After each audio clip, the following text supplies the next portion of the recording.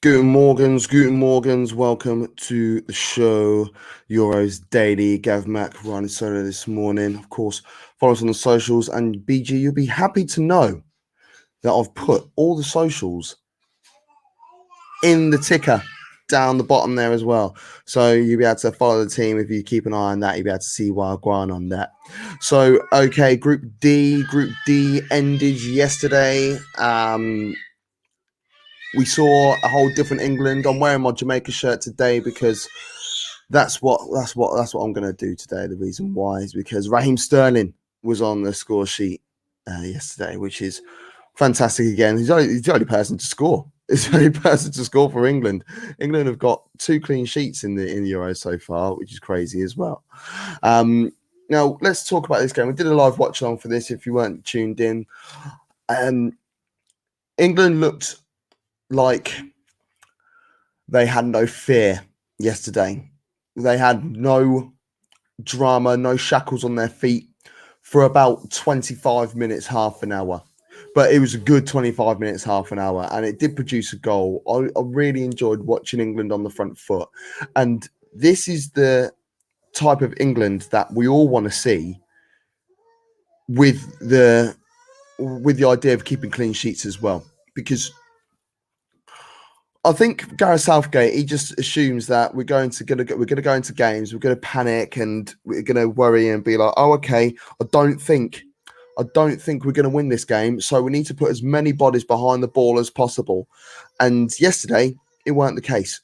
It was just for the first 20 minutes, half hour anyway, they actually went for it. And no, I was really impressed with England. And the goal came from Sterling, but the whole build-up was from Starboy Saka.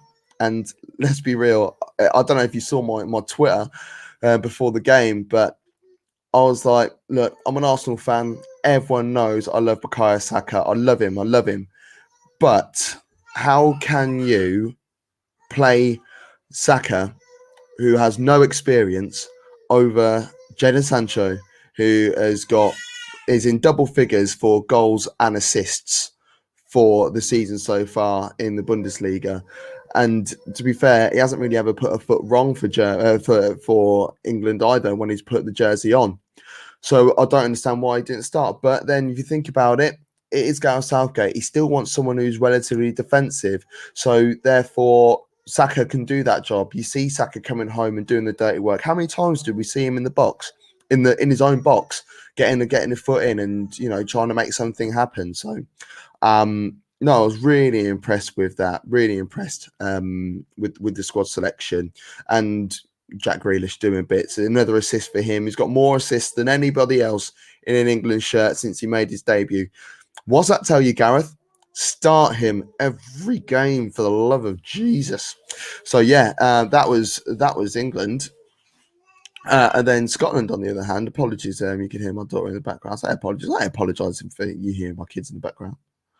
Anyway, Croatia 3, Scotland 1. Now I was doing the watch along for this one, and I was super impressed with Croatia, the way they handled theirs, because Scotland came out the blocks early, and at the end of the day, it's a winner-takes-all situation. Both teams wanted to ensure that they were able to get a guaranteed pass into the last 16. And Scotland hadn't even scored a goal in the Euros so far, so it's always going to be tough for them. Now, we were doing the watch along yesterday. I had my eyes on this game. I was speaking to BG, and I turned around to him and said, really impressed with the way Scotland are. They're set up really well. They've got their back 5, they've got their midfield 3, but it's a bank of 5 and a bank of 3. They look so structured. And as I say that, the ball gets pinged over the top, a little bit of bouncing about, and then Vlasic puts his foot through it, and it's 1-0. So proper like commentators curse. It was hilarious. But yeah, it was nice. And then Callum McGregor, what a slap he had. That was just before half time. It was his first goal as well. So super impressed with him. And then the second half, well, the first half, I honestly believe that both teams went in fairly at half time on a point about on a goal each. But then the second half was all Croatia. It was all Croatia.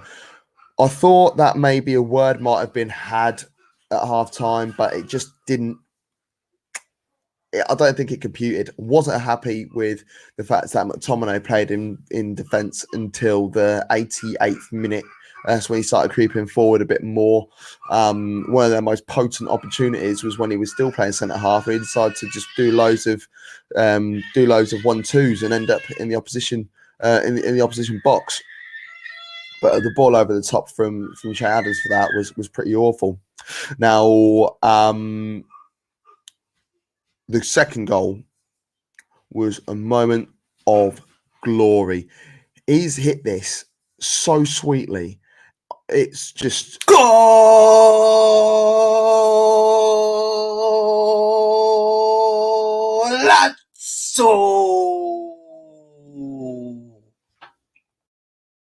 Yeah, there's no other way of putting it. It was an absolute Golazzo. Absolute Golazzo. The ball gets pinged over to the left-hand side. Perisic finds Vlasic. Vlasic knocks it back to Kovacic, who squared it.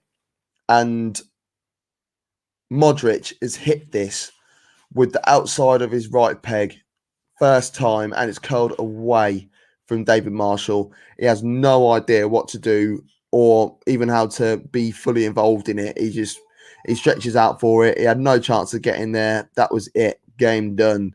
I was so impressed with that. It was such a good goal. And then that has put them out, frankly. Put the Scots out of the European Championships. There are lots of games today. A boy over in Norway is half Norwegian, half German. He says, "Die Mannschaft for the win." I'm with you there. Come on, Die Mannschaft. I really want that to happen. You know, everyone knows I've got massive closet German in me. And then 4-1-T. I reckon that might be probably Leo or Josh or one of the boys there. Scotland going home. Unlucky. Yeah, unlucky. Serves them right, really, if you think about it. But if I'm honest, I would have liked it if all home nations were to make it to the next stage of the competition. Now, I haven't got any graphics for the fixtures, so I'm just going to get them up on the screen. Because there's a number of fixtures today. In fact, we could have a look at the league tables as well. If we get the standings there. Group D. So let's have a look and see how Group D ended. Share the screen. Chrome tab. There we go. So Group D ended very much like this. England on top. 2 wins, a draw and a defeat. They only scored 2 goals, both from Raheem Sterling, but they haven't conceded any, and that's important. It's also nice to see that the goals were not scored from set pieces as well. Not a dig, but just telling the fact. Croatia, they go through in second space on 4 points. With Czech Republic, they were already going to be going through anyway. Czech Republic, they were guaranteed to spot into the next round, but they are now third in the standings there. So games for later on today. Let's have a look at the fixtures for later on today, because this is a giant round of fixtures in the groups that we have left. Super excited about this. Super excited. We've got games at 5 o'clock. We've got games at 8 o'clock.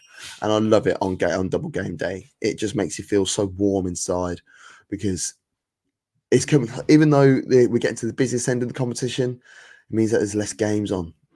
And that bit's a little bit sad. But yeah, we've got Group E and Group F. Group E, got Sweden versus Poland at 5 and Slovakia versus Spain at 5. Slovakia could put Spain out of this competition.